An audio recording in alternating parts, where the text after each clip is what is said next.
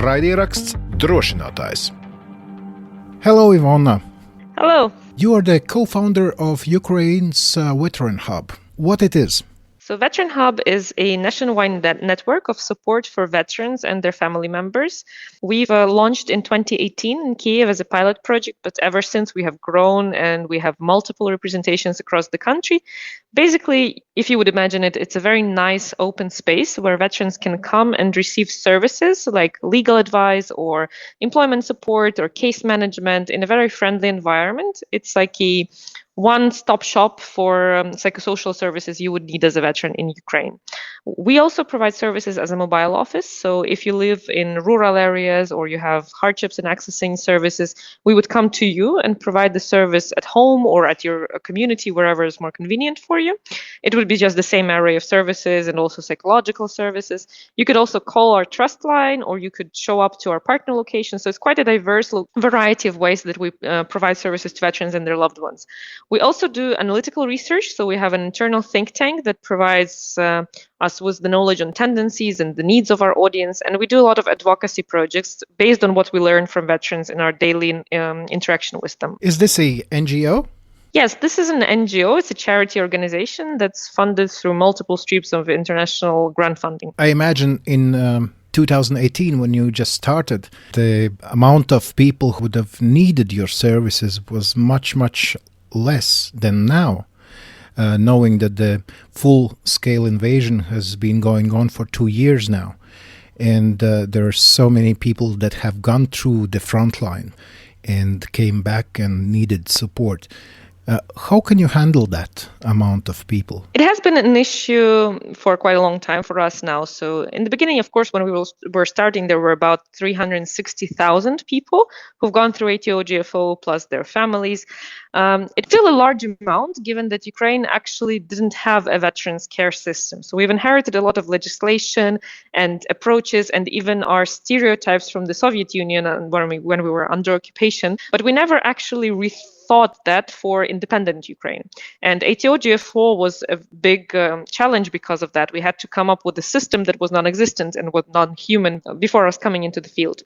But we always understood, grace to international experience, we've looked at Denmark, at the US, at Canada, that veterans will need support for much longer than we heard anticipated among our colleagues. So people would say, well, it will take a year, it will take 2. But when we went abroad, we saw that veterans were still struggling with the experience 20, 25 years later. And if we were to build something sustainable for them for that long run, we need to be very efficient and we need to be very systematic in our approach. And so basically from the start, we were building an institution instead of a crisis response. And basically, when the full-scale invasion started, we understood that the majority of our clients were remobilized for service. So because they had combat experience, they were very much needed in the front, and they were mobilized once again, which gave us some credit of time. Honestly, even now, even with many wounded and many returning due to age and family circumstances, we still understand that we are not at the mass demobilization. For us, this mass demobilization that is probably, hopefully planned for next year is a huge challenge that we are preparing ourselves to, and we're trying to make sure that our systems are well built. So our people are well trained, we have enough resources, spaces, and everything.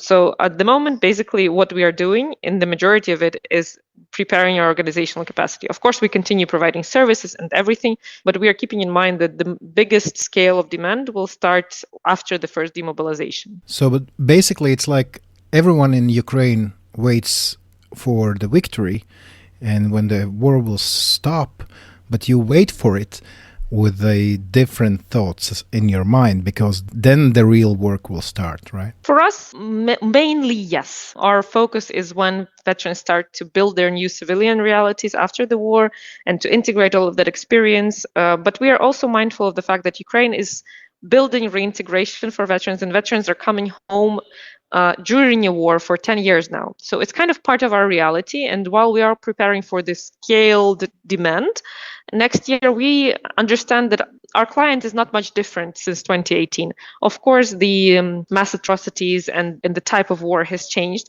but people continue returning to a civilian, but not a peaceful life, So if in the US, for example, you would imagine a veteran quitting service and building a civilian peaceful life in a safe country to a certain extent, then in Ukraine, this challenge of deciding to quit service while your brothers in arms continue serving, while there is still a war going on, even if you have the right to do so, it's a very big moral challenge for a lot of people. And we've seen that happening since we opened. Why is there a need for Veterans Hub?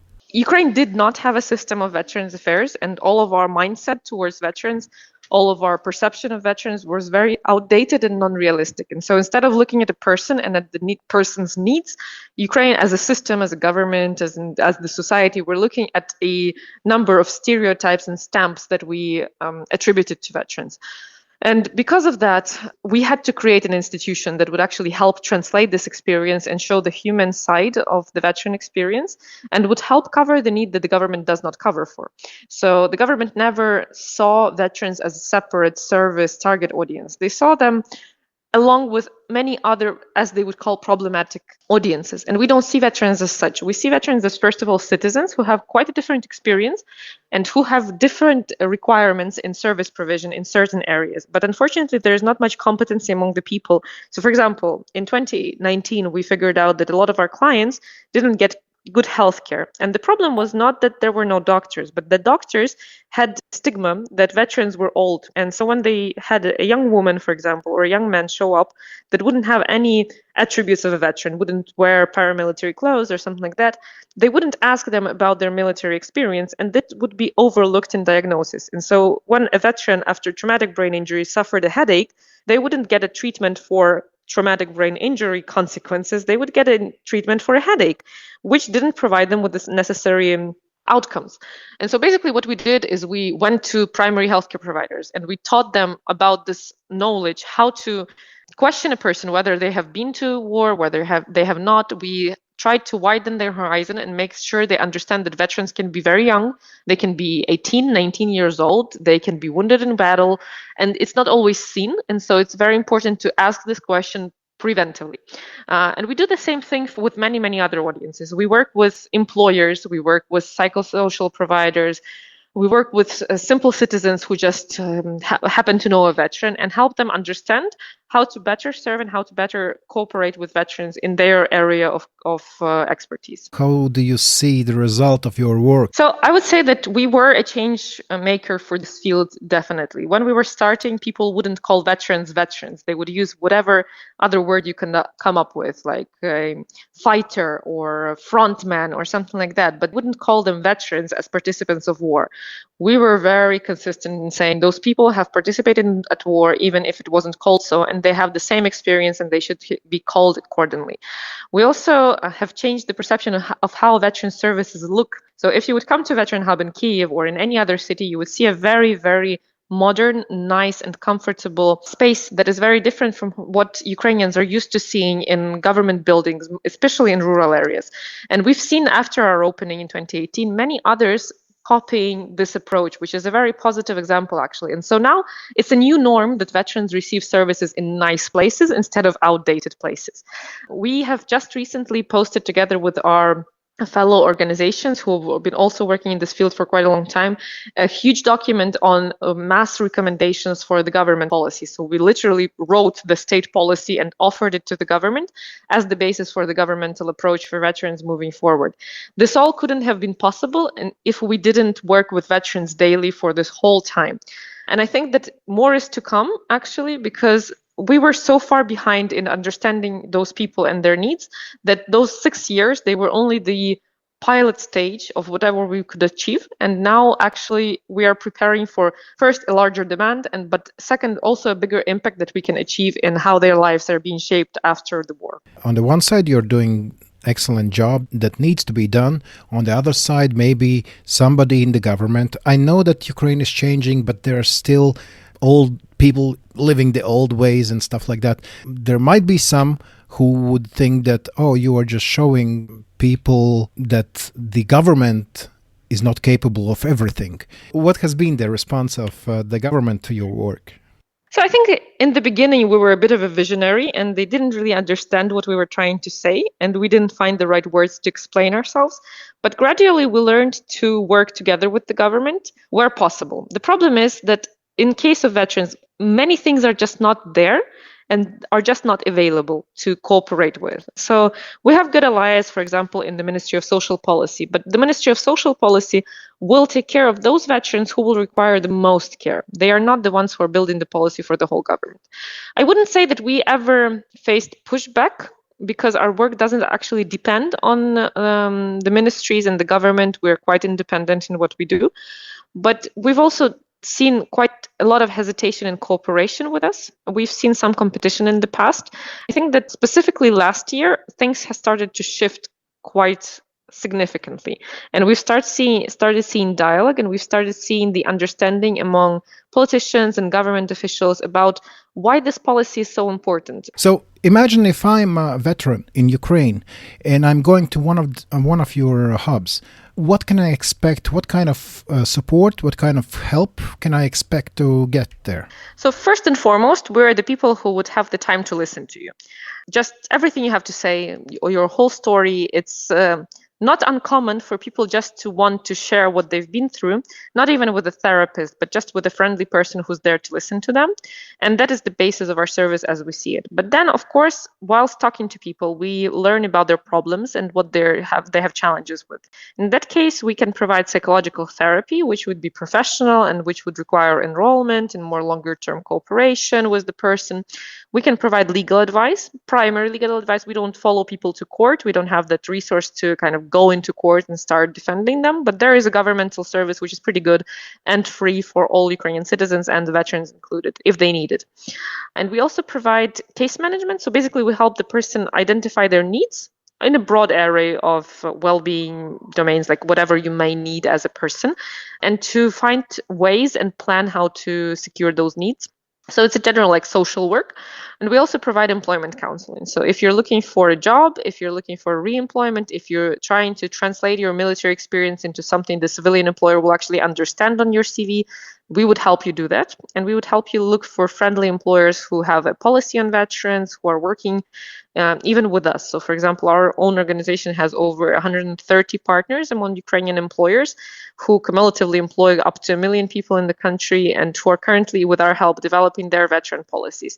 And they have a variety of openings that are also available for our clients. And you also have put out some few guidebooks and special programs, if you can talk about those. Yes, so of course, we have thousands of people calling, coming to us, talking to us. And this is a huge benefit of trust that we have from them, and also a lot of hands-on experience that we get. We learn about a lot of tendencies and needs that are overlooked, not always because the government is doing bad, but just sometimes because it's just not the government's job to pay attention to those things.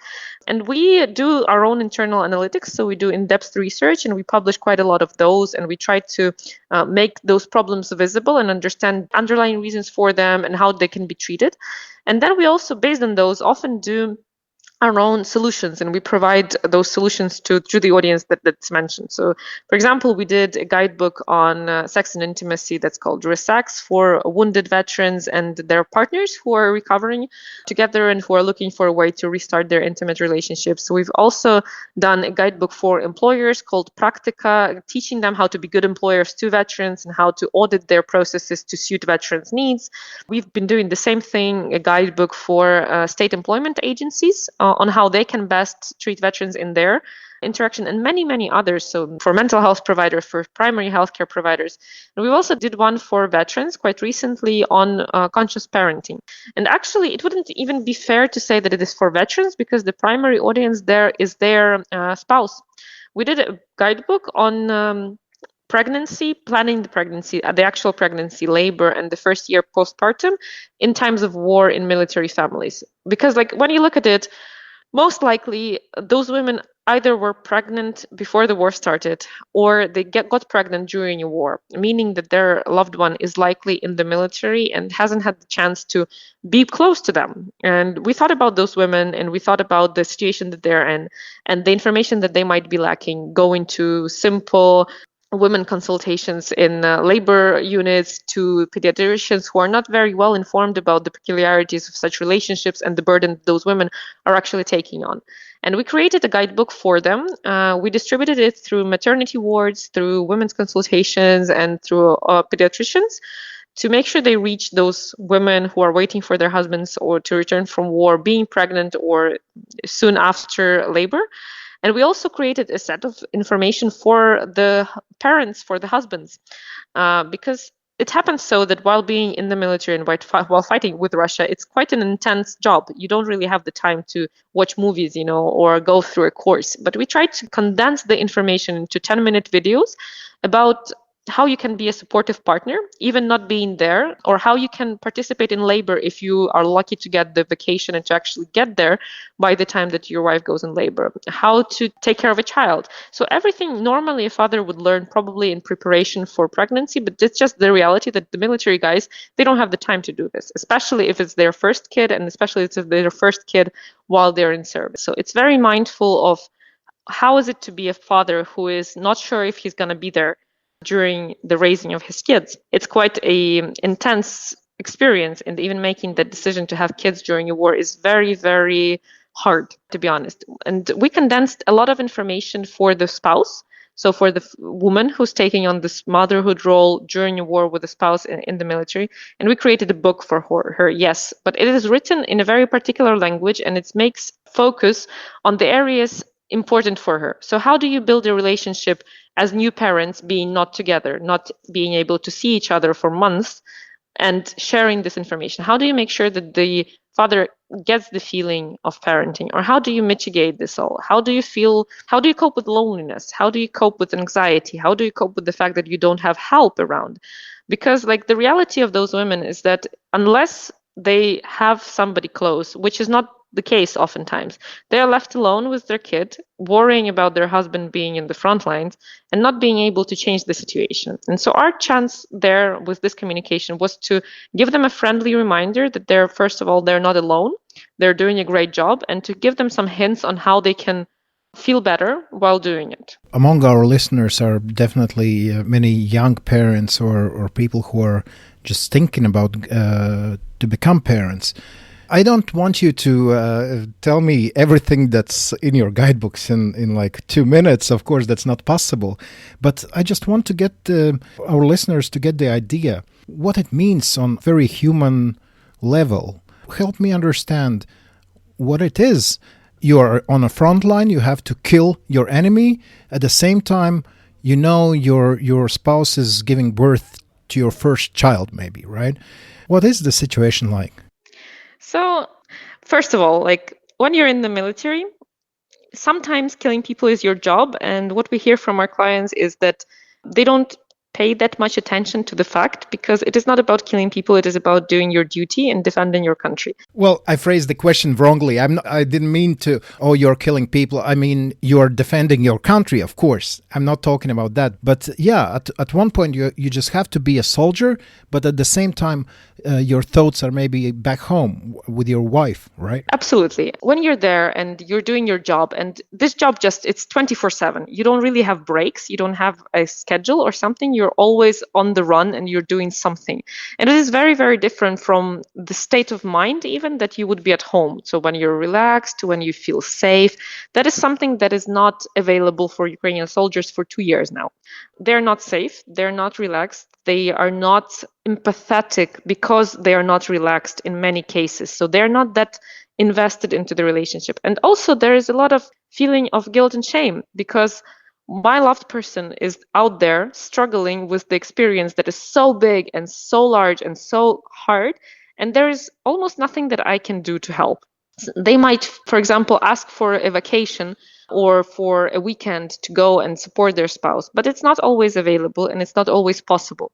They're also afraid for their own life, and they might feel that while this huge responsibility that we're taking on together, my wife might take it on her own if I die. They might feel distance from their kids because it's just so hard to accept that you are not there to witness how they're growing. I think that this feeling that I'm not there while my kids are growing is a big, big pain point in Ukrainian veterans and soldiers that we've been seeing in the past years. It's actually a tragedy from my point of view, because when you have kids, you see them grow very fast and you see them change very fast. And what we've heard in interviews of spouses is that I feel so sorry for my spouse who's a soldier for missing out. Like, he started walking, or he started talking, or he just did this fun thing that he won't ever witness, not only for the first time, but just like he'll miss a whole stage of his life and not be able to be present there, not be able to build a connection. And that being said, it's important to understand that most of our soldiers, they did make a conscious decision. This is also making it harder to a certain extent, because by some means, to protect your country and protect the livelihood of your family, you have to choose between your family's safety and your country's safety. And most of them chose the country. And that means they cannot be there to protect their family firsthand. Many families stay in Ukraine. They survive shellings, they go to shelters, they live during a war. They don't live in a peaceful land while their loved ones are in the front line. Just being in that position is unbearable for many.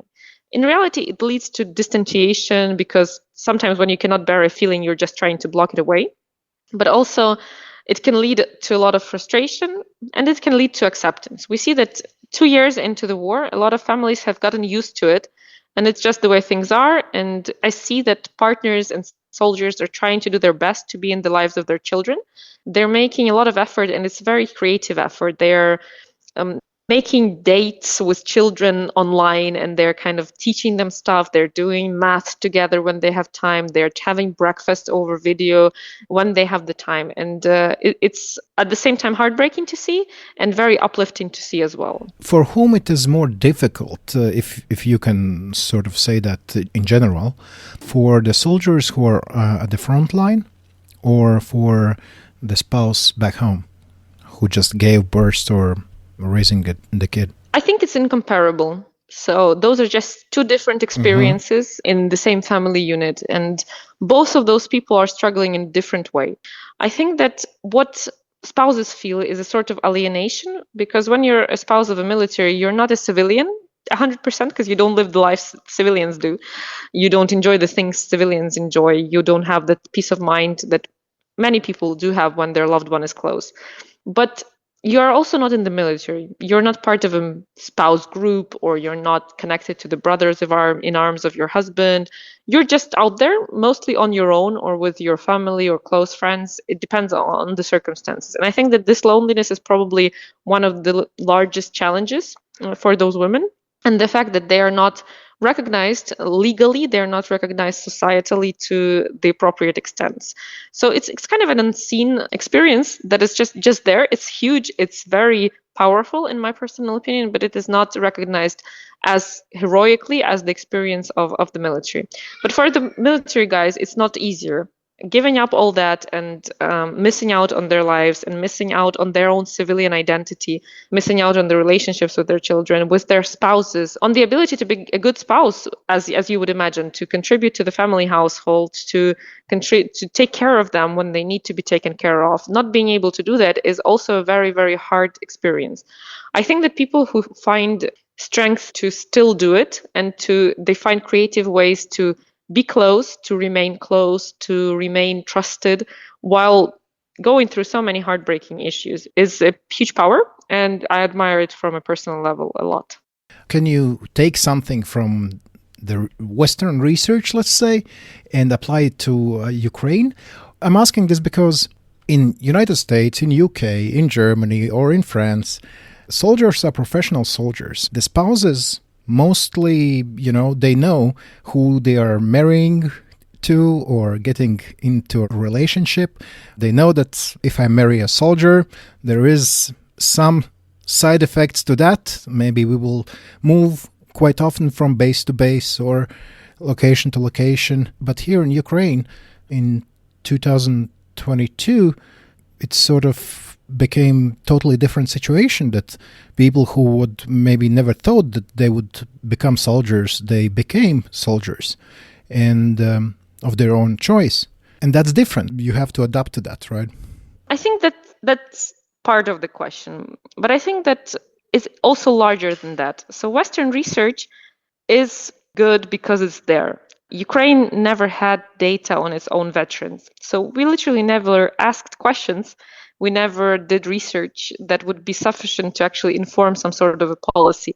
So looking back, our generation of Second World War veterans or ONUPA or, I don't know, Afghanistan veterans, those are generations who've struggled a lot, but they struggled mostly under occupation of Soviet Union.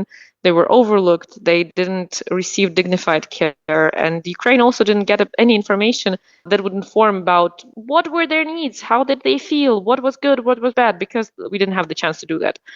And we have to look to Western research to kind of see what's out there and what can happen. But I'm also very careful when adapting US or other Western research to Ukraine, because it's not only the fact that Ukrainian soldiers are mobilized. A lot of them have become very professional in the 2 years, and many of them have been serving for 10 years since the beginning of Russia's invasion in 2014. I think it's also the fact that Ukraine is building reintegration during an active war. So in the US, in UK, when you come back home, and you're safe and your family has been safe all the way through. But what we've been just talking about, like when you're a soldier in Ukraine, you go to war and your family has to live through war without you. And it's a completely different experience. And you're coming back and you're coming back during a war. Active, non-active, recognized, non-recognized, it's still a war. It's still a lot of challenges. It's still a lot of risks. And you're making the decision to become parents even during a war that has no ending.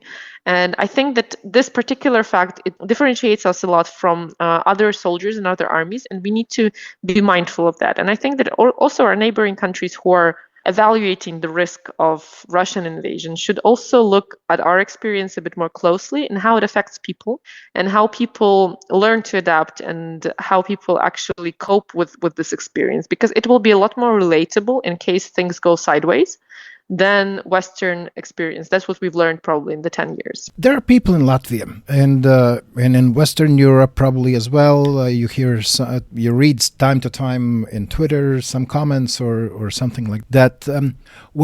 This world as a whole is becoming such a terrible place.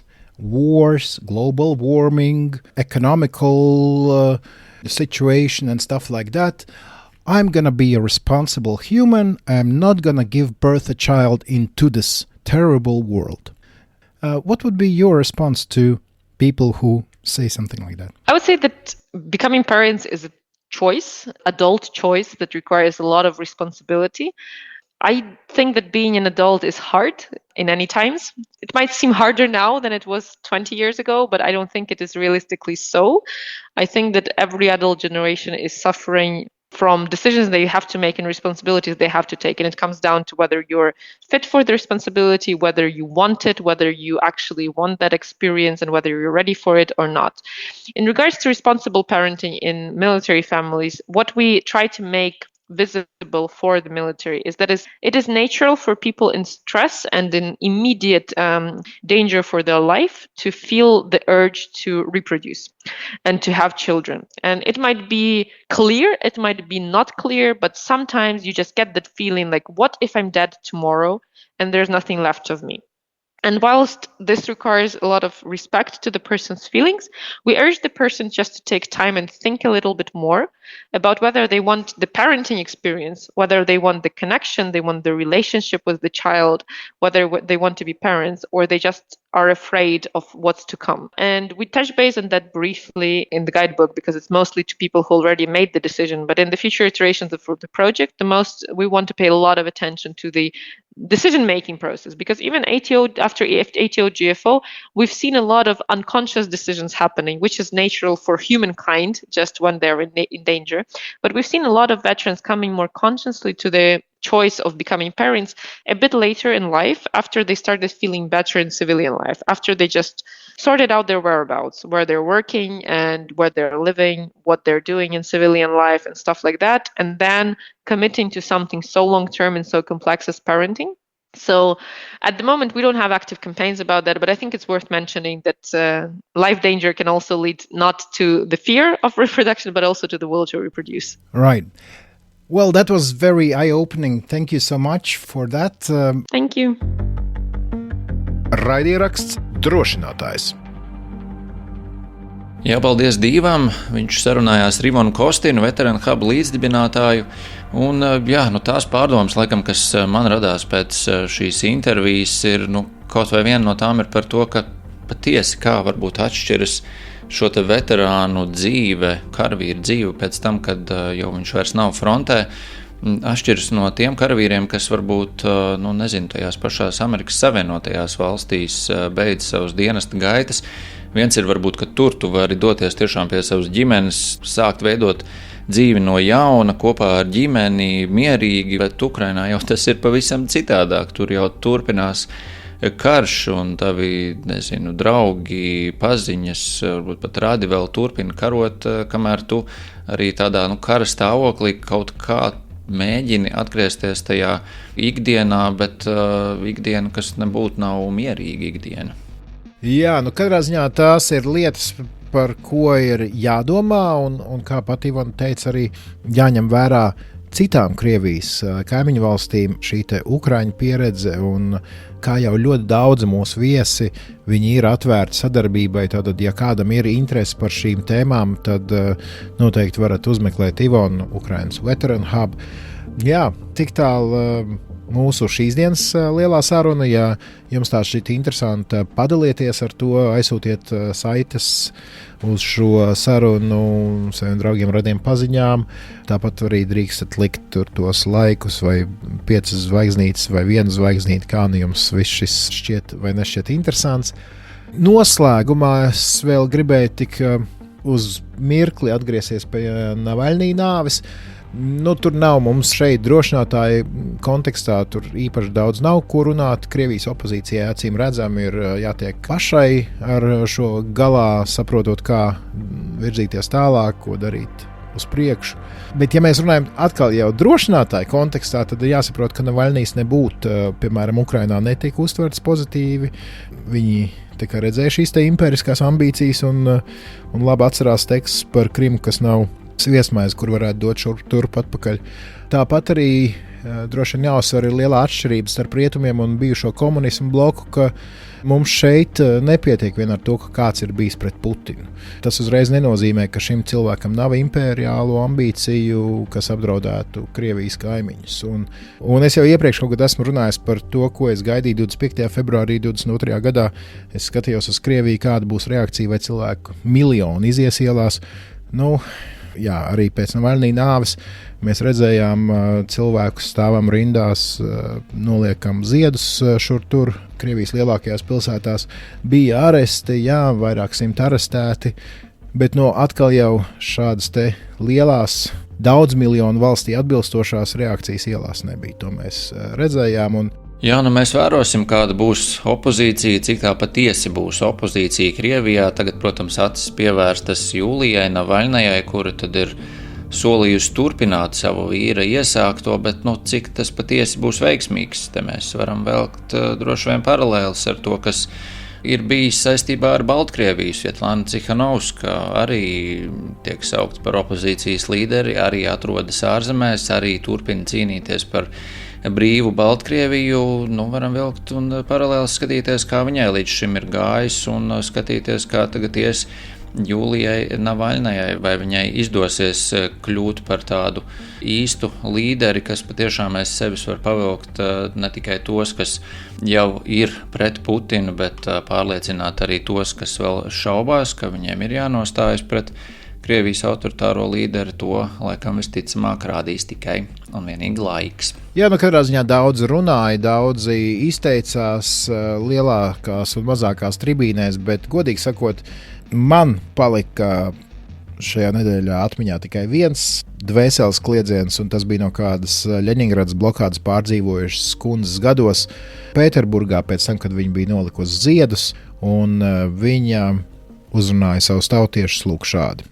Хватит крови, хватит ненависти, Pietiek asiņu, pietiek naida, pietiek tā visa. Viņš ir mūsu valsts nodevējs Putins. Viņš cilvēkus padara par vergiem. Es nebaidos, man jau daudz gadu, viņi var mani tikai nogalināt. Es vienkārši gribu kliegt, Putin, mēs taču esam cilvēki. Bez cilvēkiem nekā nav, bet kāpēc mēs viņā klausāmies? Mūsu taču ir 140 miljoni. Vai tiešām nevaram visi piecelties un pateikt, ej prom no šejienes? Tas arī šai reizē viss. Atcerieties, drošinātājs tas ir skaidri un personīgi par karu Ukrainā.